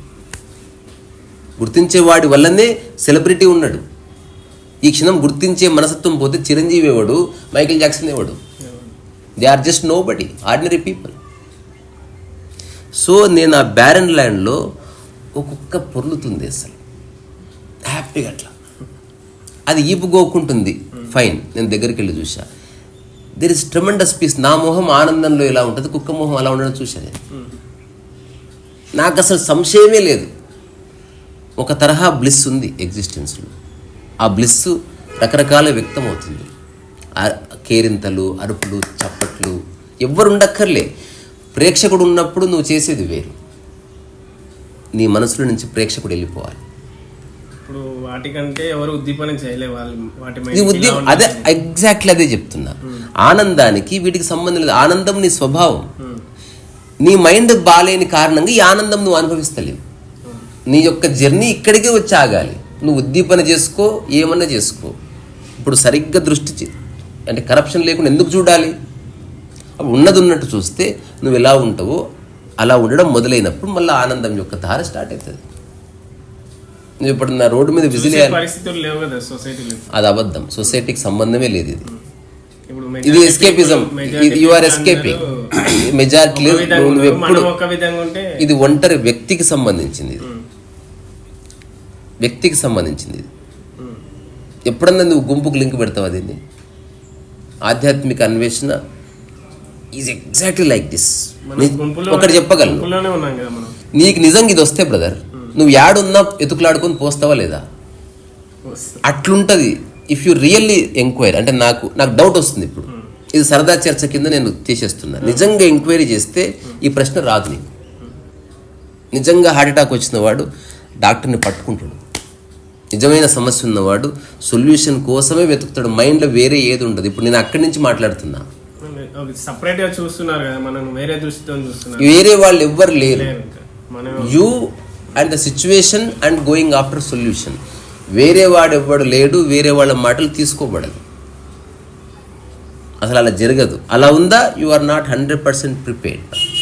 ఇంకా కొంచెం టైం ఉంది, టైం ఉంది. పడుతుంది కదా అనుకుంటే ఇప్పుడే. ఈ తరహా శక్తి లేదు నీకు. ఎగ్జాంపుల్ ఇస్తున్నా కదా, ఇది వస్తే నువ్వు బిజినెస్ మీటింగ్లో ఉన్నా ఎక్స్క్యూజ్ మీ జెంటిల్మెన్ అని వెళ్ళిపోతావు. ఇప్పుడు పోవడానికి వీల్లేదంటే బిజినెస్ వదిలేసుకుంటావు, కానీ తప్పకుండా పోతావు. స్పిరిచువల్ ఎంక్వైరీ అనే చేసేవాడి మనస్సు పోతే పోని. అన్నిటికంటే ముఖ్యమైన దానికోసం వెళ్తున్నాను, ఎందుకంటే అది నీ ఆనందానికి, నీ అస్తిత్వానికి లింక్ అయింది కాబట్టి. సో నీ ఆనందము, నీ జీవితం అత్యంత ముఖ్యం. బిజినెస్ కంటే, డబ్బు కంటే, మానవ సంబంధాల కంటే, అన్నిటికంటే ముఖ్యం నేను నిలబడ్డం అని తెలుసుకున్న రోజు నిజమైన ఎంక్వైరీ మొదలవుతుంది. మిగతా అట్లా లేని వాళ్ళంతా పాక్షికమైన ఎంక్వైరీ. ఇస్కాన్కి వెళ్తారా, భజనలు చేస్తారా, ఆ రోజు తృప్తి వచ్చిందా, ఓ పెగ్గేశారా, పడుకున్నారా, బాత్ ఖతం. నేను అక్కడ మాట్లాడట్లేదు, నేను మాట్లాడుతున్న ప్లేన్ ఏమిటి, నిజమైన ఎంక్వైరీ. నిజమైన ఎంక్వైరీ మొదలైతే అన్నీ నువ్వు పక్కకు జరిపేస్తావు అంతే. ఇక వేరే ఏది ఉండదు. ఇంకా ఎగ్జాంపుల్ చెప్పన్నా, హఠాత్తుగా కూడా చచ్చిపోయాడు ఇంట్లో, నువ్వు సినిమా చూస్తున్నావు, సినిమా ఆపేస్తావు, ఆపవు, అట్లుంటుంది. నువ్వు ఆపేస్తావు, నిన్ను ఆపిస్తారు, అయిపోయింది బాత్ ఖతం. డెడ్ బాడీ, ఎగ్జాంపుల్ చెప్తున్నా, డెడ్ బాడీకి అంత పవర్ ఉందని చెప్తున్నా నీకు. అంటే అది ఒక్క ముక్క చెప్పకుండా నీతో సినిమా ఆపిచ్చేస్తుంది. చచ్చిపోయిన దానికి అంత శక్తి ఉన్నప్పుడు బతుకున్నాం. స్థిర చిత్తం, అక్కడ స్థిరంగా ఇప్పుడు ఏముంది, ఒక లైఫ్ లేని ఒక సిచ్యువేషన్ ఉంది. 100% రియాలిటీ అది డెత్ అనేది. అట్లా 100% నువ్వు ఫిక్స్ కావాలి. I want to know my mind. ఈ క్షణం నేను ఏ సందర్భాల్లో నేను ఇబ్బంది అనుభవిస్తున్నా, దాని నుంచి నేను బయటపడి తీరాలి. దీనికి ఇఫ్ అండ్ బట్స్ లేవు అని ఒక స్థిర చిత్తం వస్తేనే నిజమైన ఎంక్వైరీ వస్తుంది. లేకపోతే రాదు రాదు రాదు, అది కామెడీగానే ఉంటుంది. ఏ చేస్తున్నా అది తెలుసు నాకు. ఇంకోటి ప్రకృతికి సంబంధించింది. ప్రకృతికి సంబంధించిన నియమ నిబంధనలు ఉన్నాయా, పలానా నియమాలు ఉన్నాయి, ఈ నియమాలు ఉంటాయి ప్రకృతిలో. ప్రకృతి నియమాలు inbuilt. You cannot create nature, you can live with nature. అంటే దాంతో ఒక అంగమై జీవించవచ్చు తప్ప నువ్వు ప్రత్యేకం కాదు ప్రకృతికి. మనం ప్రకృతిలో భాగమేనా? నువ్వు ప్రకృతిలో భాగమే. సో నీవే ప్రకృతి. దాని నుంచి వేరుపడి మనిషి ఒక కొత్త ప్రకృతిని క్రియేట్ చేసుకుని దానికి ప్రపంచం ముద్దు పేరు పెట్టుకున్నాడు. సో మనిషి సృష్టించినంత ప్రపంచం, ఏది మనిషి సృష్టించలేదో అదంతా ప్రకృతి. ఇట్లా బైఫర్కేట్ చేసుకో. ఆకలి నువ్వు సృష్టించలే, అది ప్రకృతిది. నిద్ర నువ్వు సృష్టించలే, ప్రకృతిది. కానీ దిండు నువ్వు సృష్టించుకున్నావు, అది ప్రపంచానిది. దిండుకి నిద్రకి లింక్ పెట్టావా, కరప్షన్ మొదలైంది. నిద్రకి సంబంధమే లేదు కదా దిండుతోటి. ఇట్ లైఫ్ ఎంక్వైరీ ఎట్లుంటుంది. దిండుకి లింక్ పెట్టావనుకో, జీవితకాలం నువ్వు సఫర్ కాబోతున్నావు. You are entering into the realm of suffering. ఏదో ఊరెళ్ళావు, ఈ దిండు లేకపోతే నేను పడుకోలేదబ్బా, ఈ ఒక్క మాట నీ జీవితాన్ని నాశనం చేస్తుంది. ఇట్లాంటి ఒక ఎంక్వైరీ మొదలవుతుంది. అంటే you see things as they are. అప్పుడు నువ్వు దిండు ఎంట పెట్టుకున్న పోతావు, లేదా దిండు వదిలేస్తావు. అవసరం లేదని తెలుసుకోవడమే. విషయాలను ఫోన్తో అవసరం ఉంది, అటాచ్మెంట్ ఎందుకు ఉంటుంది?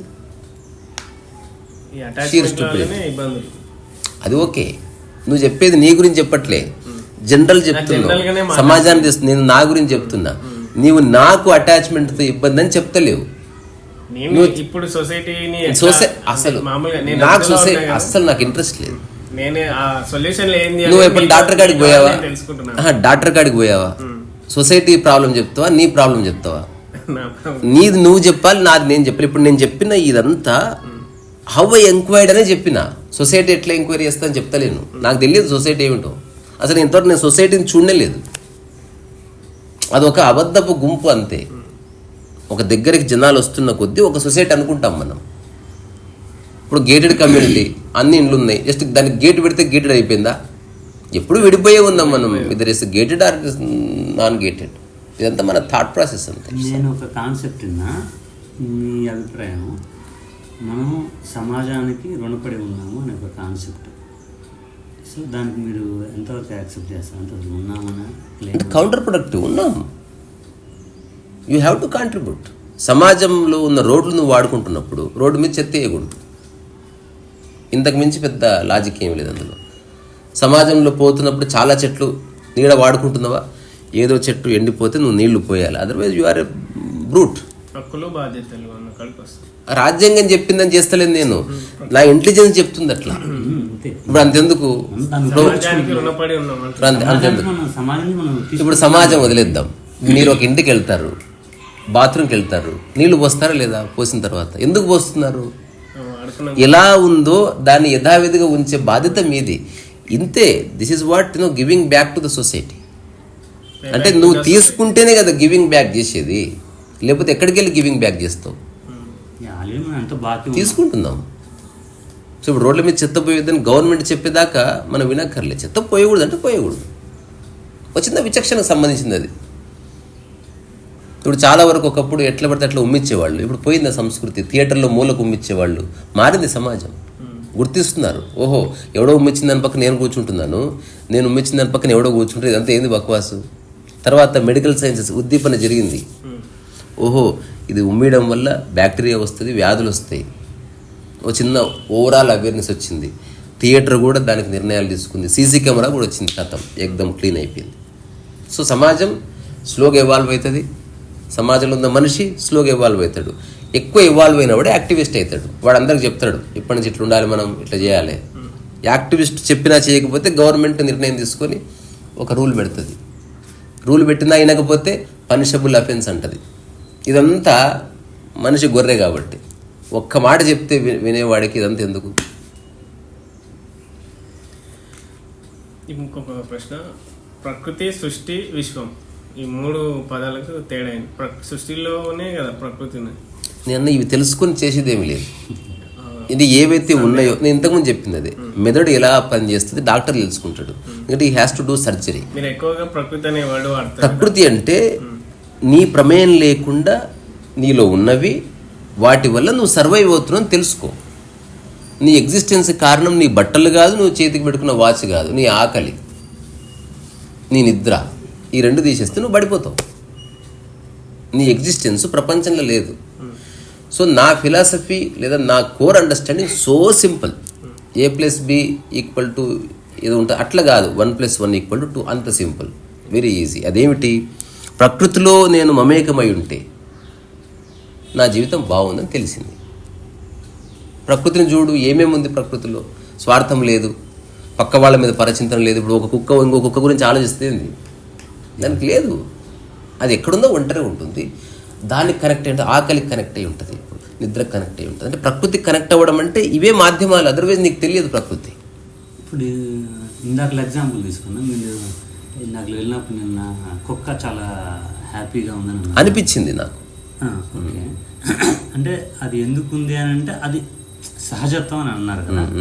ఇప్పుడు యాజ్ వెల్ యాజ్ ఇప్పుడు ఎగ్జాంపుల్కి ఒక అయాన్ రాండ్ ఉన్నారు.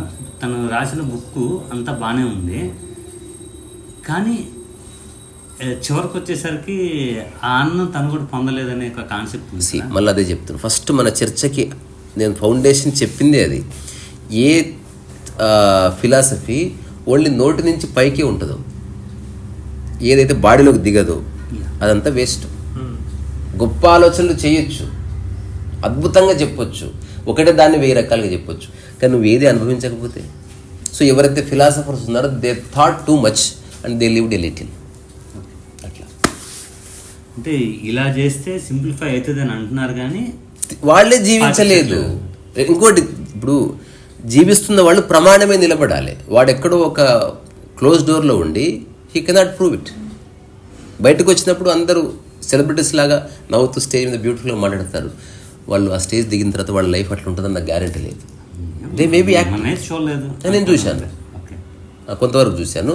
సో రియాలిటీ వేరు, నీ యొక్క నిజమైన మైండ్ వేరు, నువ్వు నటించే మైండ్ వేరు. ఇప్పుడు ఫంక్షన్ అయినప్పుడు అందరం ఆనందంగా కనిపిస్తాం, ఉన్నామో లేదో తెలియదు. సో నీ యొక్క ఒరిజినల్ మైండ్ ఎస్టాబ్లిష్ అయ్యే వరకు ఆ డిస్క్రిపెన్సీ వస్తుంది. ఇప్పుడు నేనేమంటా, ఎవడన్నా ఒకటి చెప్తే, ఇప్పుడు నేనే ఉన్నా, నేను ఏది చెప్తున్నానో నా జీవన విధానంలో అది కనబడలేదు అనుకో, దెర్ ఇస్ ఎ ప్రాబ్లం. ఇప్పుడు అందరినీ సమానంగా చూస్తా అన్నది నేను చెప్పేస్తున్నా, అది ఎదుటి వ్యక్తి అనుభూతి కలగలేదనుకో, దెర్ ఇస్ ఎ ప్రాబ్లం. నేను చెప్పక్కర్లే, తెలిసిపోతుంది. అది ఒక మంచి పండు పండింది, చెట్టు చెప్పక్కర్లేదు, చూస్తే తెలిసిపోతుంది. సార్ అదే సమానంగా చూడాలి మీరు చెప్పకపోయినా మీ ఆచరణలో ఉన్నప్పుడు చెప్పినట్టే అనుకో. కొన్ని చెప్పకపోతే తెలియదు. అంటే ఇప్పుడు ఇది ఇచ్చి తిరుపతి ప్రసాదం అనగానే నీకు తెలుస్తుంది. అట్లా ఫిలాసఫీ అనేది కొంత దోహదకారి, అంటే మాట కొంత ఉపయోగపడుతుంది. ఇప్పుడు నేను ఇట్లా ఉన్నా ఏది మాట్లాడలేదు అనుకో, ఒకరో ఇద్దరో ముగ్గురు ఇంటెలిజెంట్ పీపుల్ అనుభూతి చెందుతారు సమానత్వాన్ని, మిగతా వాళ్ళకి తెలియదు, టేకన్ ఫర్ గ్రాంటెడ్ వచ్చేస్తుంది.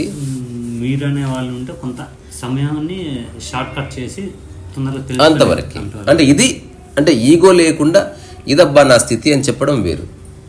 ఈగో ఎప్పుడు వస్తుంది, నా స్థితే కరెక్టు, అందరు నా అలాగే ఉండాలి అన్న చోట ప్రాబ్లం వస్తుంది. ఇప్పుడు నేను అందరూ లేను, మీరు ఎంత డిస్కస్ చేసినా, నువ్వు ఇప్పుడున్న మనసుతోనే ఉన్నా, జీవితకాలం ఉన్నా, నాకు నీ పట్ల ఇదే ప్రేమ రెస్పెక్ట్ ఉంటుంది.